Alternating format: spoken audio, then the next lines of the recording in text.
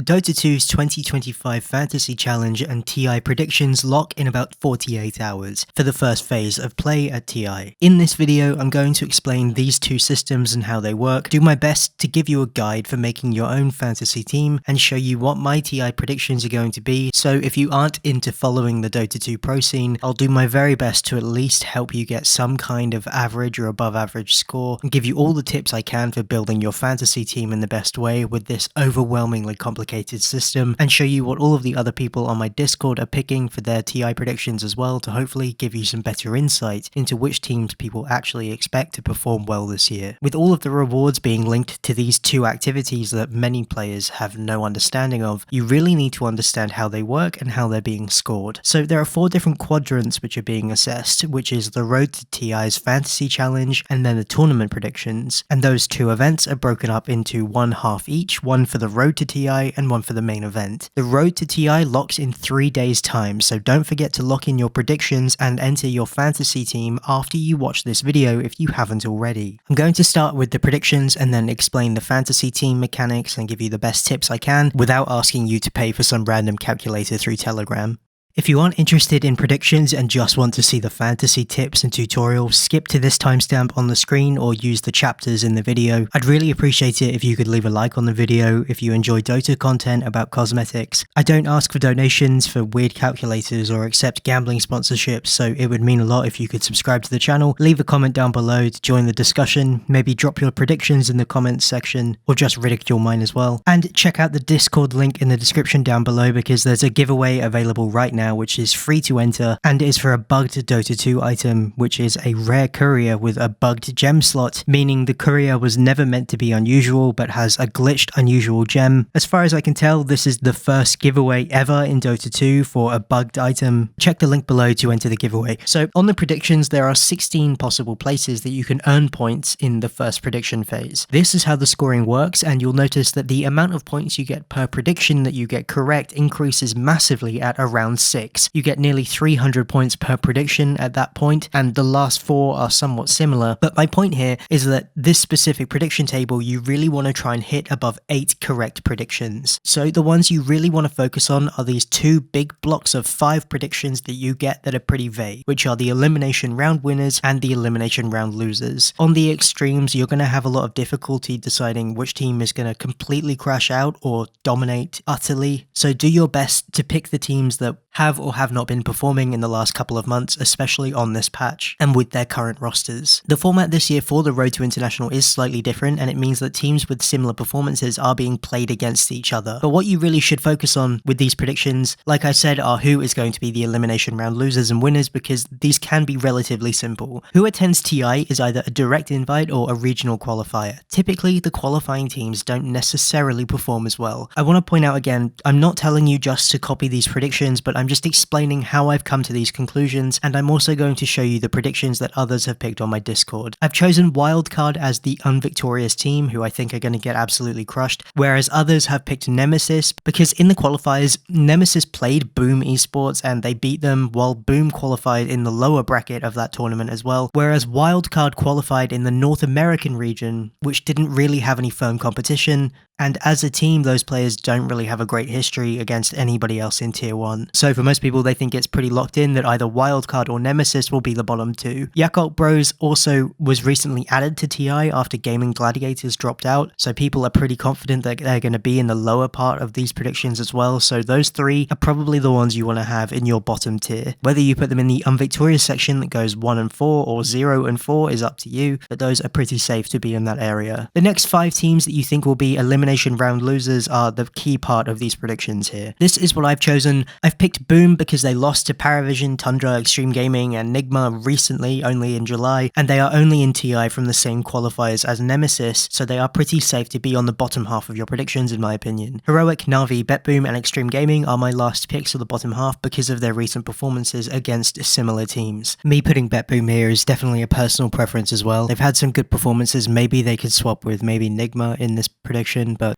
I just have no faith in BetBoom since Save stopped playing techies. Tidebound is being put in the bottom half for a lot of people, but I think they are performing better than most people understand. They've beaten most of the teams below them on my predictions recently. Nigma Galaxy is one of those teams that's really tough to predict. I mean, to be honest, as all of this is. Aurora is really tough as well, but these last 5 teams are incredibly difficult to pick in any order, because I don't think there's any chance of Nigma Galaxy going on a crazy run and going 4-0, which those are the teams that you want to be putting in this section. I think Tidebound is a pretty good pick. I think Aurora is maybe fine. That's difficult. There's a decent chance that they could be a round loser. Tundra is pretty firm. You're expecting them to perform. Team Liquid is still good, but they haven't really shown any dominance since they won last TI. And then the last 3 teams are really tough. You're trying to predict TI at this point, and there's not really any way you can do that. So these are sort of where the teams are laying at the moment based on their previous performances. And at the end of the day, past performance isn't always an indicator of what's going to happen when they get to TI and actually have to play the games. So anybody telling you that their predictions are better than anybody else is just lying. So I'm doing my best here, and you can take a look at these and take a look at what everybody else is predicting on my Discord and make an informed decision to give yourself the best possible chance of getting a good score. And the really important part is you cannot forget to come back in about 5 days time and do this all over again for the second block of predictions for the actual main event of the International, both for predictions and for the fantasy event. You will not place and you will not get any rewards if you do not come back and do both blocks of predictions and fantasy team building when the second part of this opens up in a couple of days time. Next, for the fantasy team. So each fantasy card has 3 emblems,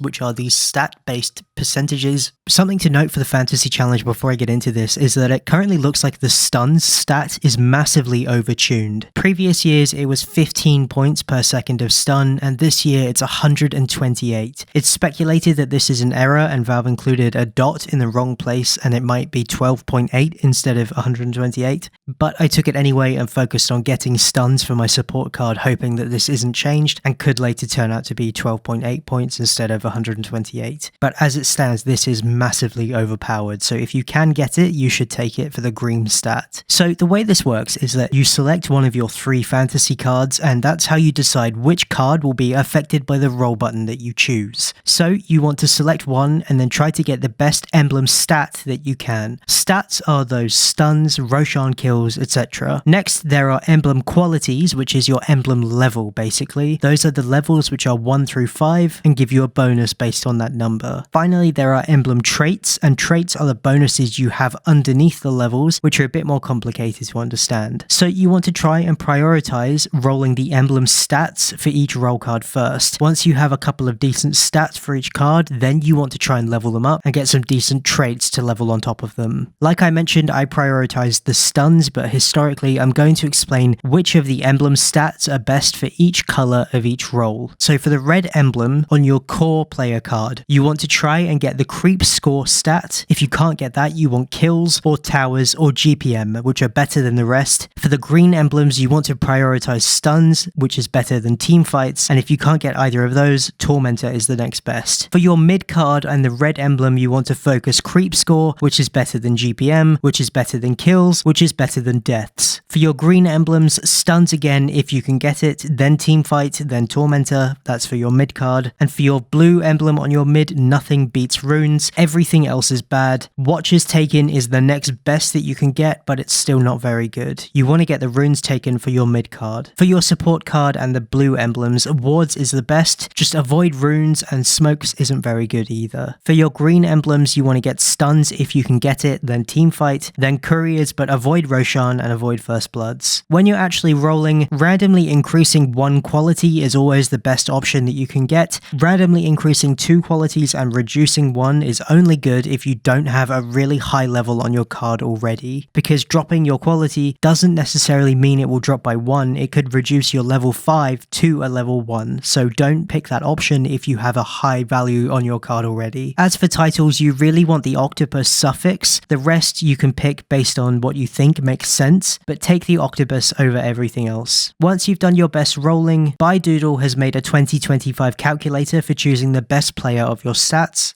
So you can go there in the link below. The way that this works is you enter your stats that you've rolled on the left, and then you enter the percentages in the right. And the way it works is by a multiplier. So if you have 270%, you will input 2.7. Then it'll give you a list of 5 different players for the stats that you've gotten with their historical performances based on those stats. That's it. I hope this video is helpful enough to get you guys in the top couple of percent of the fantasy rewards to get you guys some decent items from this update. I've left links in the description down below to the Reddit threads that I've referenced in the texts in this video, as well as the calculator resource from Baidoodle, which is completely free, as well as my Discord. Please don't hesitate to tell me how wrong I am in my predictions in the comments below, and thank you to my YouTube members for supporting the channel. You can join my YouTube memberships to have your name added to my inventory to be shown at the end of every video. Thank you so much for watching.